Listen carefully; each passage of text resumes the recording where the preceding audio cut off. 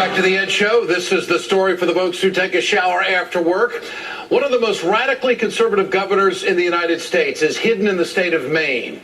And now he's warming up after rejecting. He's warming up to Obamacare, joining the flock, so to speak. Paul LePage is well known for outrageous comments. As your governor, you're going to be seeing a lot of me on the front page saying, Governor LePage tells Obama to go to hell. What I've heard is if you take a plastic ball and put it in the microwave and then heat it up, it gives off a chemical that's similar to estrogen. And so, I mean, in the worst cases, some women might have little beards, but we don't want to do that. What would you like to do? We can fly. I want to fly in the Press Herald building. Senator Jackson claims to be for the people, but he's the first one to give it to the people without providing Vaseline. Listen, that comment is not politically correct, but we've got to understand who this man is. This man is a bad person. He doesn't only have no brains, he has a black heart. LePage is also known for vetoing the Affordable Care Act's Medicaid expansion 5 times. He left 70,000 low-income state residents without health care. Now LePage is up for re-election, and the story's changing. The federal exchange will allow anyone from 100% on up to qualify, up to 400% to qualify for large subsidies. And so I think that we need to address that, maximize that aspect of it, take those that do not qualify, and then find a way to get them insurance. Some of those health care options are maybe affordable, but there are deductibles on there that they would say are unaffordable to somebody making so little money. That's ACA. I didn't put that in because our program... Well, I'm talking private health care options, too. Yeah, well, that's ACA.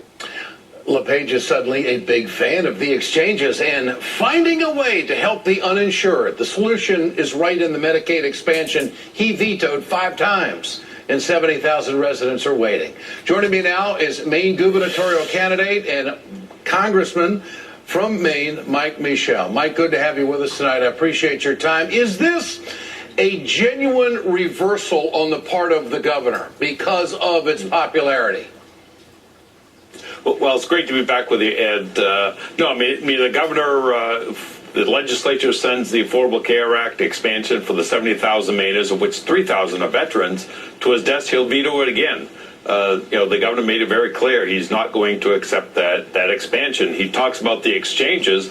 As you well know, that's part of the Affordable Care Act. So I made it very clear on day one I'll be submitting legislation to the legislature to expand access under the Affordable Care Act for the 70,000 Mainers who denied it under this governor's veto pen 5 times.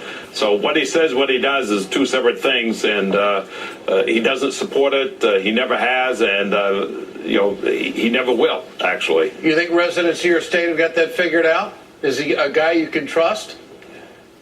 Well, I mean, he says he's not a politician, but he's a great politician. He knows the issues that divide Mainers, welfare and immigration issues. That's all he's been harping on. He has no plan for governor. We made it very clear in the debates, but quite frankly, he just keeps talking about the same old things.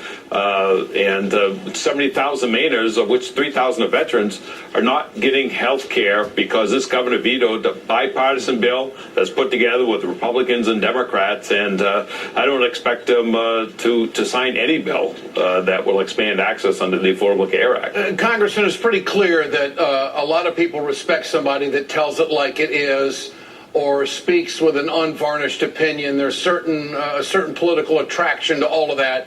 But is this guy a loose cannon? I mean, the things that he has said and the way he has operated?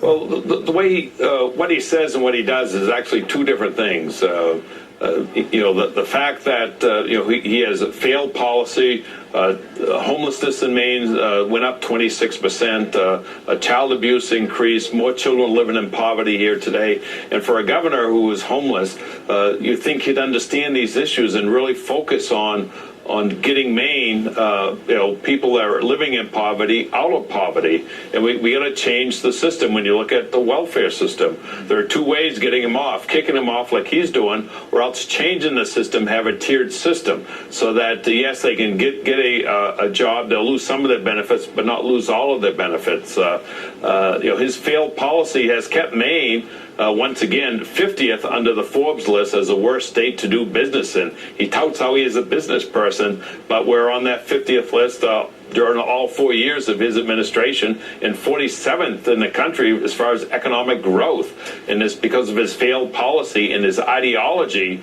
that's preventing Maine from moving forward in a positive way.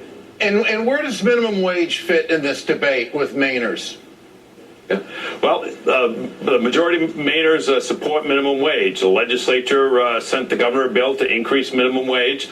He's vetoed the legislation. And if you look at what's happening around the country, the 13 states that actually have voted to increase the minimum wage, they're actually seeing economic growth in those states. The fact of the matter is no one should be working full-time living in poverty. And that's why I've supported the increase in the minimum wage here in the state of Maine. I did it when I was president of the Maine Senate. Republicans and Democrats unanimously voted to increase it. And finally, he's so radical and so against workers. Why is this race close? Well, the race is close because, what the governor says is not necessarily what he does. And he knows the issues that are the wedge issues. People are struggling here in the state of Maine. I've punched the time clock for over 29 years. They're struggling, and the fact that the governor is resonating with this issue about getting people off welfare is resonating, unfortunately, with the voters, but he's not telling how they're going to get them off welfare. Okay. His way to do it, mine, is two totally separate, different ways to get them off welfare. And under my administration, I'll not allow the waste, fraud, and abuse and mismanagement that this governor has allowed under his administration over the last 4 years. Congressman Mike Michaud, great to have you with us tonight, gubernatorial candidate in the state of Maine. You bet. Good to have you on.